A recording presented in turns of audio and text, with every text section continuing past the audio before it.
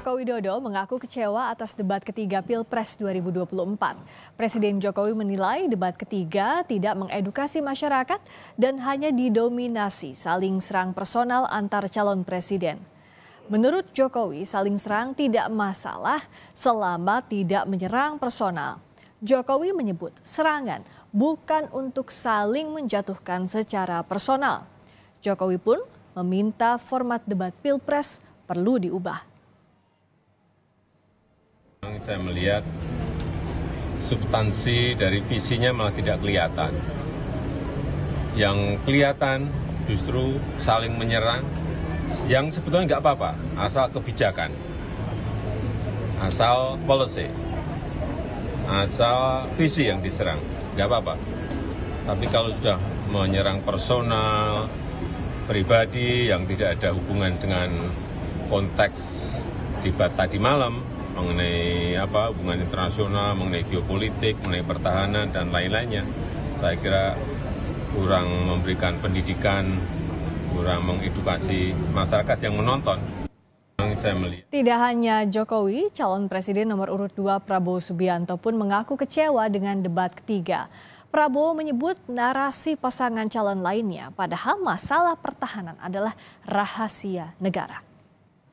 Kecewa dengan kualitas terutama narasi yang disampaikan oleh paslon-paslon yang lain. Menurut saya mereka pertama datanya banyak yang salah, keliru. Kedua, masalah pertahanan ini mau dipakai sebagai bahan mencari poin politik yang menurut saya untuk sebuah negara, untuk negarawan tidak boleh.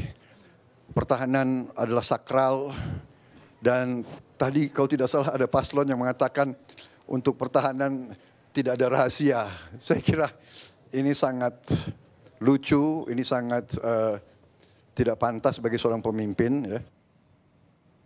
Calon Presiden nomor urut 1 Anies Baswedan bicara soal Jokowi yang mengomentari adanya serangan-serangan personal dan tak substantif di debat Pilpres ketiga. Anies menyatakan terkejut bahwa Presiden turut berkomentar soal jalannya debat. Anies mengaku kaget Presiden Jokowi mengkritisi format debat Pilpres ketiga agar tidak saling serang secara personal.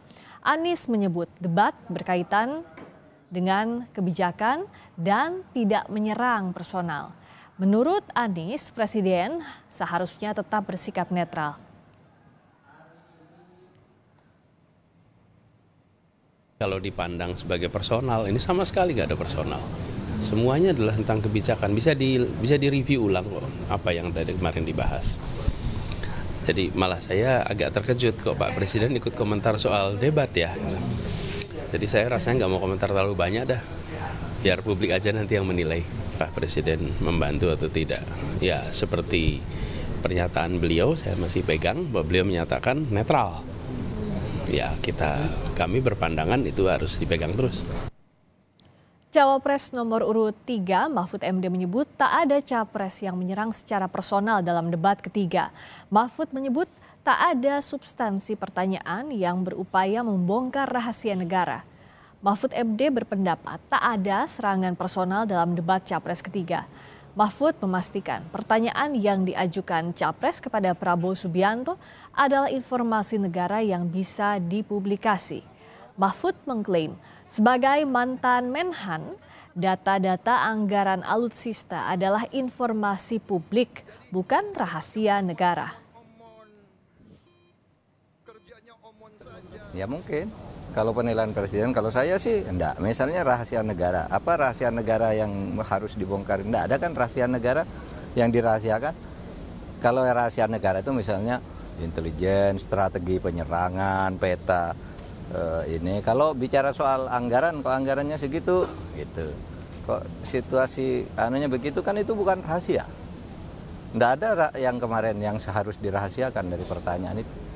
Kalau saya kan bekas Menhan juga, mana yang rahasia? Saya tahu undang-undang rahasia negara, enggak ada dari pertanyaan itu yang harus membongkar sebuah rahasia negara. Itu bisa dibuka di publik karena bukan soal strategi pertahanan.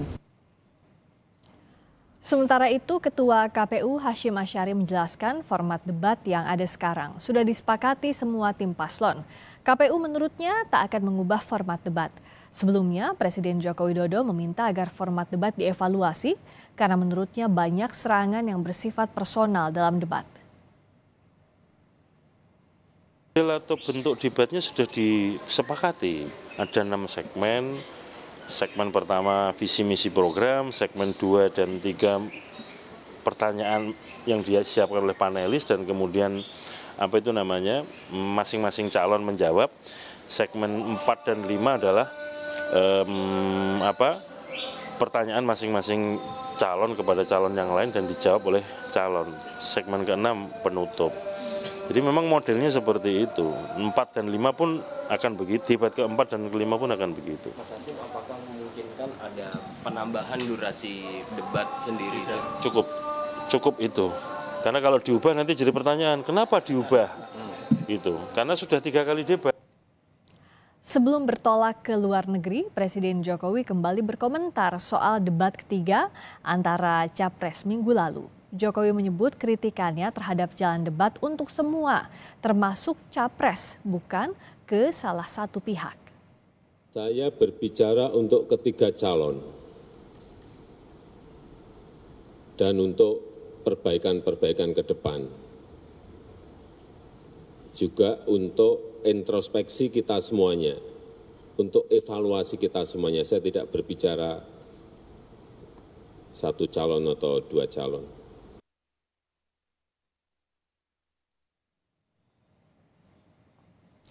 Presiden Jokowi menilai debat didominasi saling serang personal antar calon presiden. Bagaimana respons KPU terkait hal tersebut? Kita bergabung dengan jurnalis Kompas TV Irianda Mardanus langsung dari gedung KPU RI Jakarta. Irianda, apa tanggapan KPU soal pernyataan dari Presiden Jokowi? Adakah pernyataan dari Capres yang dinilai melanggar, yang dinilai memang menyerang personal?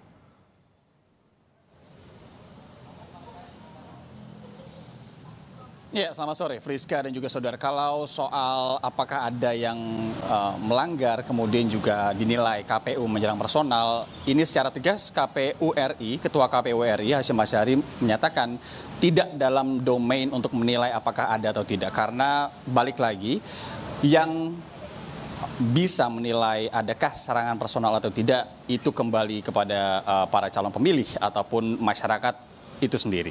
Kemudian juga apa respon KPU soal pernyataan-pernyataan utamanya pernyataan Presiden Jokowi yang kemudian juga ini menjadi perhatian semua pihak karena memang Jokowi merupakan seorang presiden dan kemudian mengomentari jalannya debat kemarin. KPU tetap berpedoman bahwa debat sendiri ini sudah disepakati oleh seluruh calon. Kemudian juga sudah dilaksanakan 3 kali. Kemudian juga kalau tadi pernyataan terakhirnya ini masih sama sebenarnya seperti apa yang kita saksikan tadi. Karena pernyataan Ketua KPU RI belum ada lagi yang terbaru. Tadi kami coba untuk wawancara langsung beberapa kesempatan setelah acara pelantikan di gedung KPU. Tapi KPU RI atau Ketua KPU Hashim Asyari ataupun komisioner lainnya ini memilih untuk bungkam. Nah, apa kemudian sikapnya, apa kemudian pernyataannya? Itu bahwa bahwa jalannya debat kemarin itu semuanya pro kontranya, polemiknya akan dijadikan bahan evaluasi. Kita tahu bahwa selesai debat, baik itu debat capres ataupun cawapres, akan selalu ada rapat evaluasi.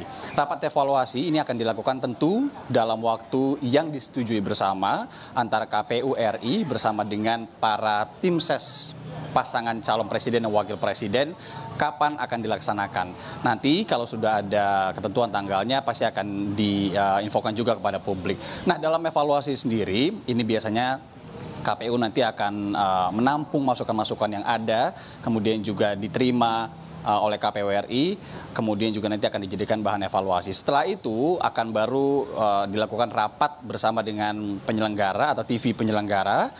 Baru itu akan membahas bagaimana kemudian format yang akan ditentukan bersama dalam debat selanjutnya. Kita tahu debat selanjutnya adalah debat antar cawapres atau dalam hal ini debat keempat. Nah, kemudian kalau kita ulik sedikit, ini memang banyak komentar, kemudian juga banyak mendapat di tengah masyarakat, di tengah publik, di tengah warganet terutama yang kemudian pasca debat kemarin ini banyak hal-hal yang kemudian kita temukan baru begitu ya, yang kemudian ini menjadi bumbu-bumbu menghangatkan jalannya politik atau pemilu 35 hari menjelang pemilihan umum pada 14 Februari 2024, Friska. Utamanya yang kemudian kita soroti bersama adalah apa yang kemudian dilakukan dua politisi PSI atau tim ses dari Prabowo Gibran yang kemudian mengaku tiba-tiba nyamperin moderator begitu ya, karena memang ada hal yang dianggap janggal, ada tim dari pasangan calon lain yang mencoba untuk mengganggu konsentrasi, dugaannya begitu. Tapi KPU kemudian menyatakan juga terkait hal itu, kan sudah ada liaison officer-nya atau jembatannya dari para panitia yang kemudian seharusnya begitu itu bisa digunakan dan dimanfaatkan untuk kemudian mengkomunikasikan bila ada yang dinilai tidak tepat. Sekali lagi, semua masukan-masukan akan didalami oleh KPU yang nantinya akan kemudian diulas lagi dalam rapat evaluasi di KPU yang kemudian ini tanggalnya juga akan disepakati oleh tim ses para paslon. Friska.